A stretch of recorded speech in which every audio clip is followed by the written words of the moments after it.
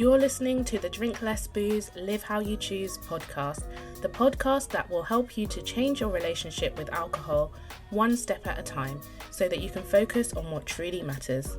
I am your host, Dr. Fiona Dowman. I'm a qualified clinical psychologist in the UK, and I'm here to share evidence-based mindfulness and values-driven strategies to help you understand what's keeping you stuck and take practical steps towards lasting change. Quick note, if you feel you might be physically dependent on alcohol, quitting suddenly can be dangerous, so it's best to speak to your GP or your local alcohol service. Hello and welcome to another episode of Drink Less Booze, Live How You Choose. In today's episode, I'm going to be talking to you about mindfulness and how mastering mindfulness can help you to drink less and do more of what truly matters. Now, this is going to be an introduction, so if you're new to mindfulness, not really sure what it's all about, interested, intrigued, this is perfect for you. If you're already familiar with mindfulness, this episode can still be helpful because there's so many different ways that you can apply mindfulness in your life, especially when it comes to cutting down on drinking.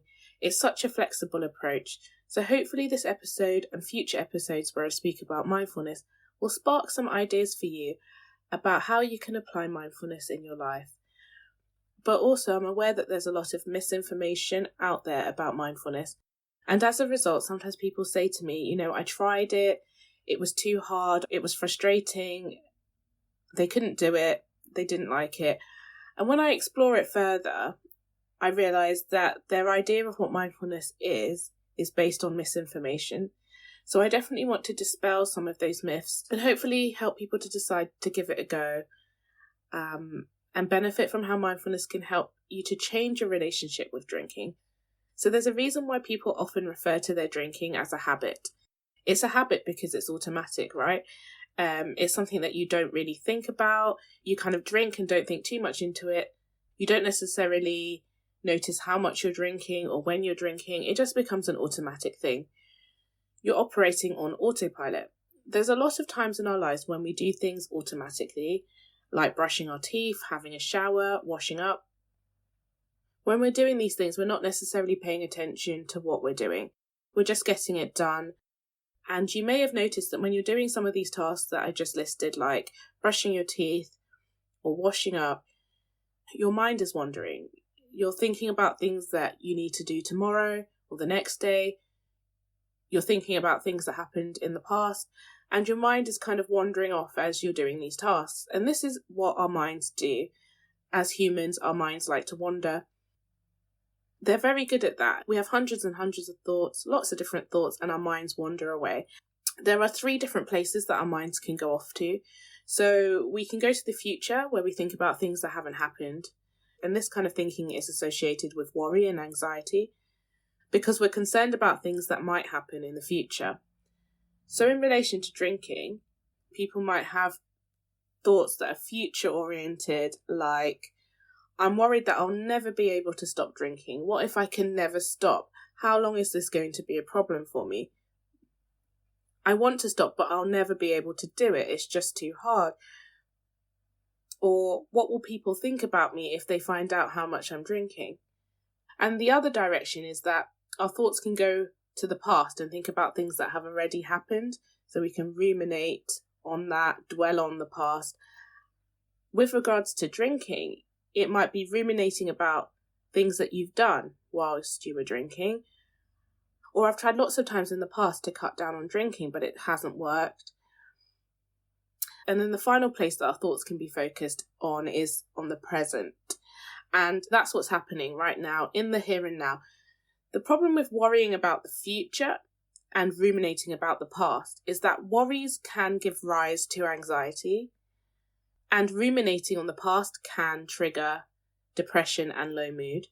But also, it's not very productive or helpful because we can't predict the future. We don't know what's going to happen in the future. We never know. So it's always going to be hypothetical. And it's a myth that worrying about things will change it. It doesn't give us any more control over anything that's going to happen if we worry about it, because we just can't predict it. And then the past has already happened, so we can't change that either. The only thing we can potentially have some control over and do something about is what's happening in the here and now, what's happening in the present moment, and that's why we're talking about mindfulness, which is essentially being present, focusing on what's happening in the here and now, non-judgmentally. So being really curious about what's happening without judging it. And the non-judgmental bit is the bit that people find really tricky, because our minds are wired to have opinions about things, to make sense of it and analyze things. So it can be really difficult when we're not practiced in it to be able to focus on something without judging it. But it's really important. So when it comes to drinking, we can focus on our feelings and our thoughts when we're having a drink or when we're just about to have a drink. We can focus on sensations and urges that we're experiencing, and we can choose what we want to do in response to what we're experiencing. So whether we want to just have a sip of that drink, whether we want to stop drinking, whether we want to drink less or choose a non-alcoholic drink instead, whether we want to try and remove any triggers for drinking, whether we want to go for a walk and delay having a drink. All these decisions can be made in response to what we're noticing that we're experiencing in the present moment, rather than operating on autopilot, where we're just automatically having a drink with our dinner without even thinking about it, or we're just having a drink at the pub because someone's offered us one, or we're having a drink at a party because there's drinks available, or having a drink when we're watching TV without really thinking about it and just completely losing track. And perhaps responding to feelings like stress and anxiety, but not being aware of that. So now that we know what mindfulness is, let's talk about what it isn't. Mindfulness is not the same as distraction. Distraction is taking your mind off something. When it comes to drinking, you might drink as a way to take your mind off how you're feeling or what you're thinking about or what you're doing in any given moment. And the problem with using distraction as a strategy is there's only so long you can run from the things that you find difficult. Trying to escape from our problems is only a temporary solution. The problems that we're running away from, they don't disappear, they come back. And so the problem hasn't been dealt with. It's only a temporary, short-term strategy. Mindfulness, on the other hand, is not taking your mind off something. It's putting your mind on to what you're experiencing and what you're doing. So why on earth would you want to focus on something that you find really difficult, like difficult thoughts and feelings, you may ask? Well, when something feels uncomfortable, like stress, anxiety, worry, of course our instinct is to try to get rid of that discomfort as quickly as possible. And alcohol does a pretty good job at that for a lot of people. But it's exhausting and tiring, constantly trying to run from difficult thoughts and feelings when they just keep coming back no matter what we do. So an alternative option is to try and make space or try to make room for difficult thoughts and feelings, to be curious about them. Notice how you feel. Whereabouts do you notice that feeling or sensation? What kind of thoughts are coming up for you and popping up in your mind? And how do you feel in response to those thoughts? And as we get more curious about our thoughts and feelings and allow them to just be there without trying to struggle and fight against them, we start to choose how we want to respond to those thoughts and feelings, and we can choose to respond to what our thoughts and feelings are telling us that we need in that moment. So for example, when we feel anxious, that's our mind and our body telling us that we feel like we're in danger and that we feel threatened by something and that we need to escape or fight to protect ourselves. So we can respond to that appropriately. We can assess the situation and think about whether we need to respond. Do we need to run away? Do we need to protect ourselves? Or whether in fact it's just a feeling, but it's a false alarm. And in that moment, there isn't actually any danger that we need to respond to. And what we need to do instead is to do something that's relaxing to help us to feel less threatened, or to stop avoiding something, which is just creating a cycle of anxiety. Our thoughts and our feelings become messengers, letting us know that we need to respond to something and that there's something that we need to do in that moment. And we need to decide thoughtfully about what to do in response. So it gives us a lot more flexibility and choice and movement, whereas the alternative, where we're constantly trying to escape and run away from our feelings by drinking, is very restrictive and exhausting. The other thing that mindfulness is not, it's not the same as meditation. So meditation is a tool, a formal practice, and it's a way of doing mindfulness through meditation. But there are lots of different other types of meditation as well. Mindfulness is simply present moment awareness, being present in the moment. And we can do mindfulness in any aspect of our lives. So it's a way of being rather than necessarily a formal practice. You can do your everyday activities mindfully. And that brings me on to the practice for this episode. So in a moment, I'm going to walk you through a mindful practice for whatever you're doing right now.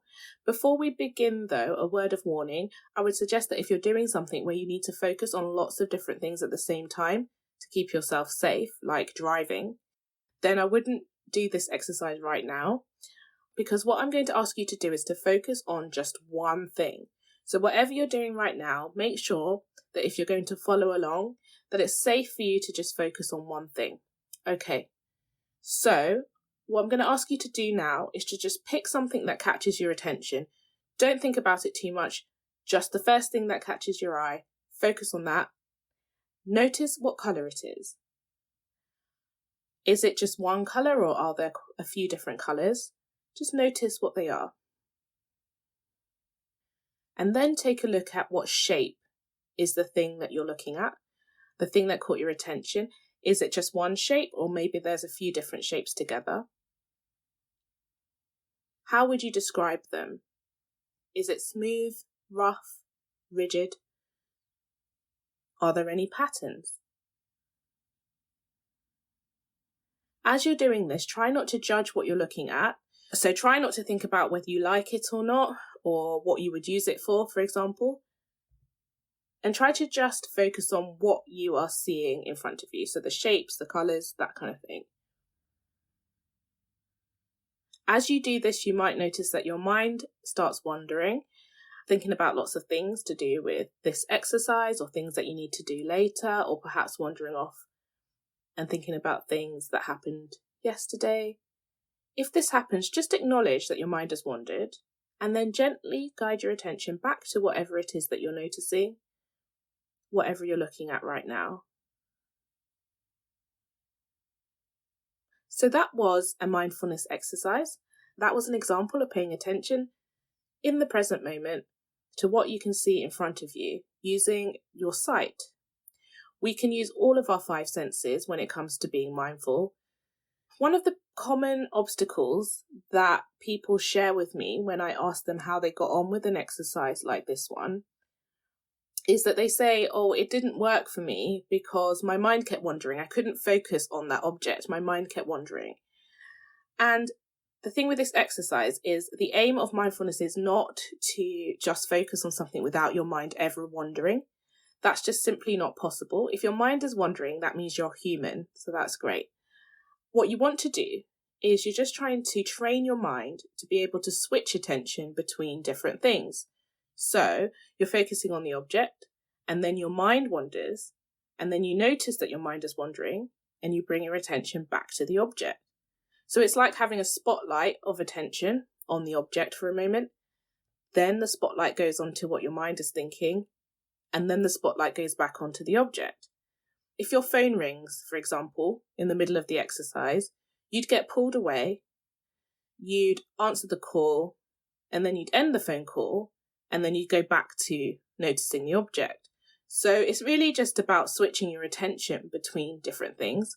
That's what you're aiming for, not to just focus on the object and nothing else for a really long period of time uninterrupted.